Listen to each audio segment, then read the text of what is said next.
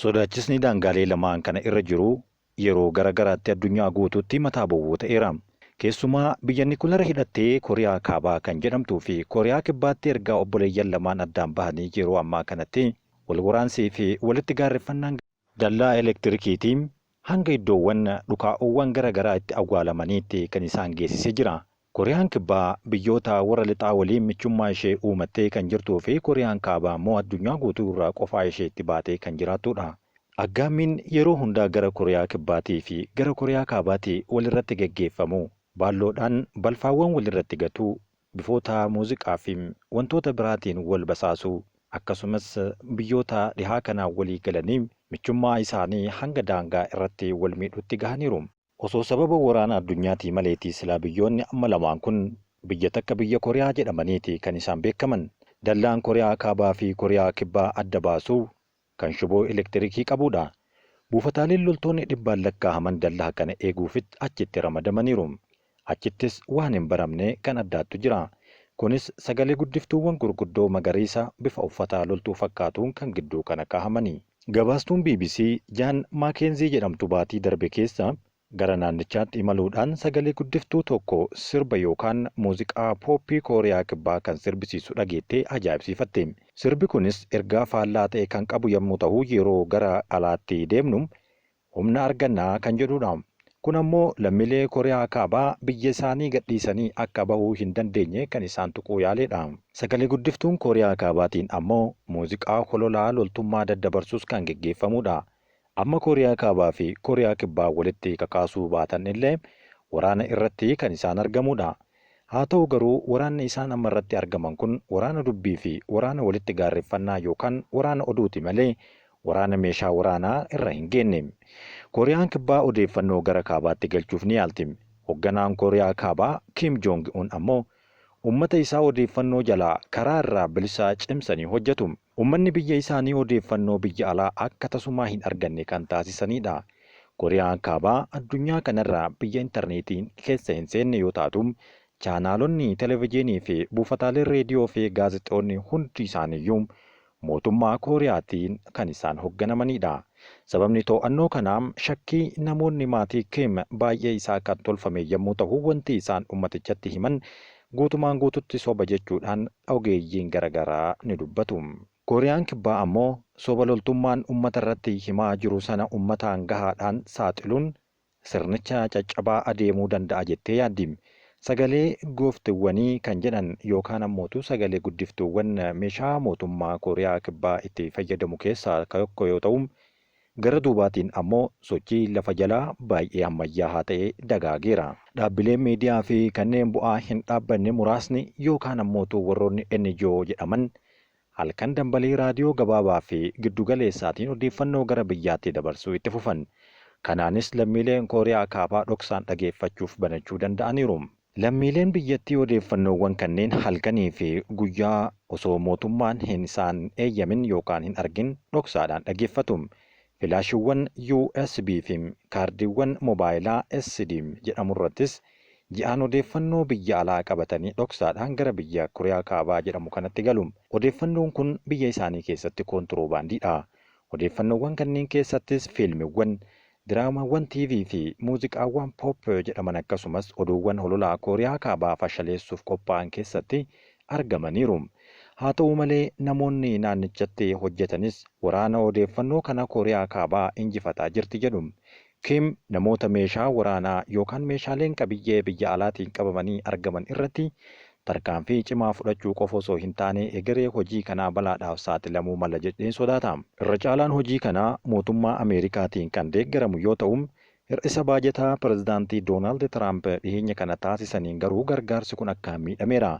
Kanaafuu kun lola odeeffannoo yeroo dheeraaf gama lamaaniin eessatti baasa jechuun eeggamaa jirudha. Dhaabbanni miti mootummaa Kooriyaa Kibbaa garee miidiyaa Yuunifeeshinii jedhamu kan ji'aan oduuwwanii fi sagantaalee bashannanaa lammiilee Kooriyaa Kaabaatti tolu jedhee walitti qabee fe'uudhaan gara Kooriyaa Kaabaatti erguudha. USB balaa xiqqaa qabu kan jedhaman irratti diraamaa TV Kooriyaa Kibbaa fi sirboota pop ni argamu. Kanneen jaalalaan yookaan dhiheenya kana wal duraa duubaan Netflix irratti gadhiifaman When Life Give You kan jedhamuu fi weellistuu fi raappara beekamaa Kooriyaa Kibbaa Jaanii Faayi kan keessatti argamanidha. Kun bifa kontiroobaandiitiin gara Kooriyaa Kaabaatti kan seenudha.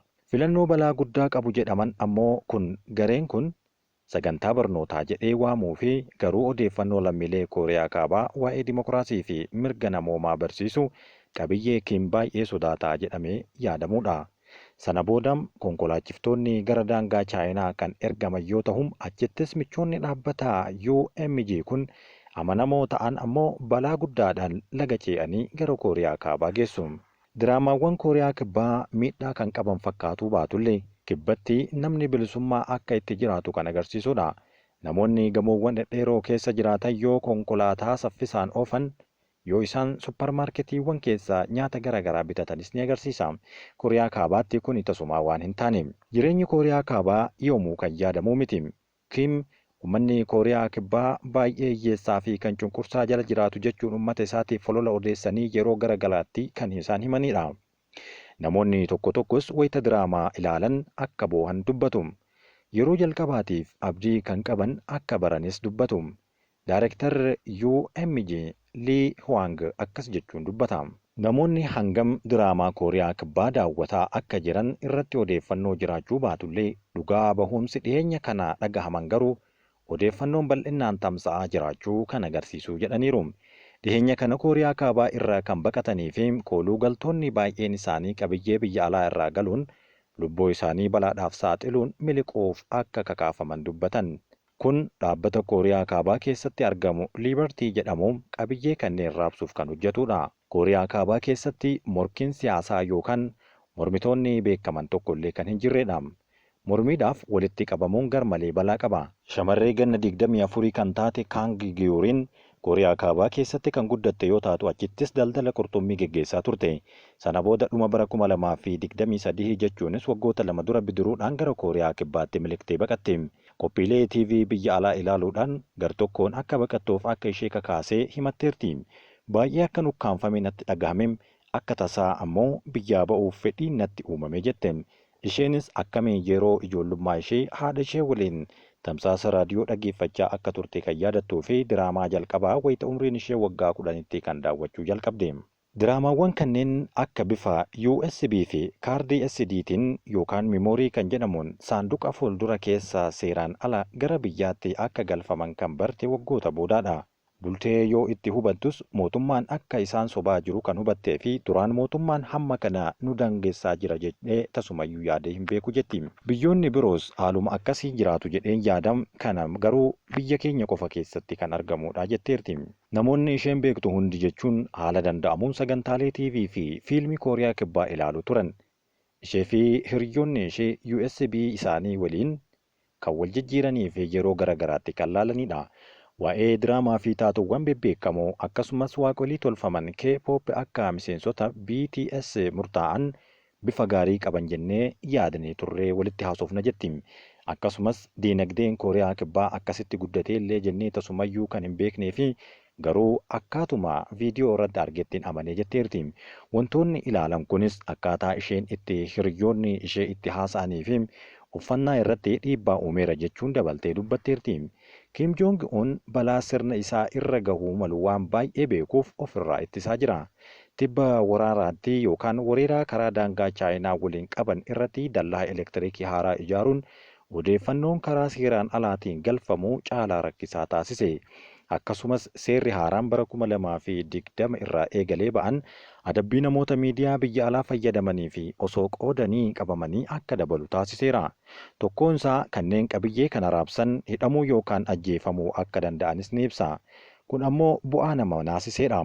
Miidiyaan kun duraan gabaa keessatti bitachuu fi ni argama jedhama. Namoonni ifatti gurguruu turan amma garuu nama amanan qofatu kana gochuu danda'a. Erga tarkaanfiin kun fudhatamuu jalqabee booda Kang namni jedhamuu fi hiriyoonni ishees of eeggannoo cimaa taasisaniiru. Namni Kang jedhamu kun kanaan dura warra gabaa keessatti daldalaa turanidha. Kana booda waa'ee waliin hin dubbannu yoo jedhan dhugamatti walitti dhihoo taane malee baay'ee icciitii godhannee hojjanna jedhaniiru. Dargaggoonni qabiyyee Kooriyaa Kibbaa waliin qabaman jedhaman hedduun isaanii ajjeefamuun quba qabu jettee dubbatti. Kana jechuun Kim Jong-un dallaa shiboo kanaan boodatti nama argamu guutuu isaatitti yoo isaan kanaan shakkan qabanii fannisuu qofaadha. Dhiheenya kana Kim amala diraamaa Kooriyaa Kibbaa ilaaluu wajjin wal qabata jedhan irratti tarkaanfii fudhachuu jalqabe. Bara 2023 waggaa lama dura namoonni jechaawwan Kooriyaa fayyadamu yookaan loqoda Kooriyaa Kibbaatiin dubbachuu akka taasiseera. Miseensonni Uskaad jedhaman dargaggoota ukkaamsan daandii irratti sakatta'insa raawwachuun amala dargaggootaa hordofuun irratti kenname. Aadde Kaang namni jedhamu yeroo baay'ee dhabamsiifamuu ni yaadatti. Akkasumas rifeensa ishee akka lammii Kooriyaa Kibbaatti dhawachuu fi uffachuu isheetiin yeroo garaagaraatti ceepha'uun irra gaheera. Iskwaadonni kunneenis bilbila ishee fudhachuun erga barreeffama ishee dubbisuudhaan jechoota Kooriyaa Kibbaa kamiyyuu akka hin fayyadamne mirkaneessuu isaanii dabaluun himani. Bara 2024tti miidiyaan Kooriyaa Kibbaa Deeyilii NK jedhamu ammoo bilbila Kooriyaa Kaabaa dhoksuudhaan biyyaa baasuun jechoota Kooriyaa Kibbaa fayyadamuu akka hin danda'amne adda baasee ture. Bilbilli kunis akka jechi Kooriyaa Kibbaa yeroo galfamu ofumaan balleessuun kan Kooriyaa Kaabaa wajjin walgituun bakka buusuutti saganteeffame. Tarkaanfiin baajata hir'isuu pirezidaantii Ameerikaa Doonaald Tiraamp fudhatan hordofuun dhaabbileen lammiilee Kooriyaa Kaabaa odeeffannoowwan qaqqabsiisuuf hojjetan dabalate dhaabbilee hedduun hanqinni maallaqaa mudateera. Tiraamp miidiyaalee tajaajila oduu mootummaa federaalaatiin geggeeffaman yookaan deeggaraman lamas raadiyoo Firii Eeshiyaa fi sagalee Ameerikaa VOS kanneen halkaniin gara Kooriyaa Kaabaatti tamsaasaa turan cufateera. Tiraamp VON hundee jabaa fi farra Tiraamp ta'uu kan himate yommuu ta'u, White House ammoo tarkaanfiin kun kaffaltoonni gibiraa kana booda holola hundee gadi fagaate akka hin deeggarre mirkaneesseera.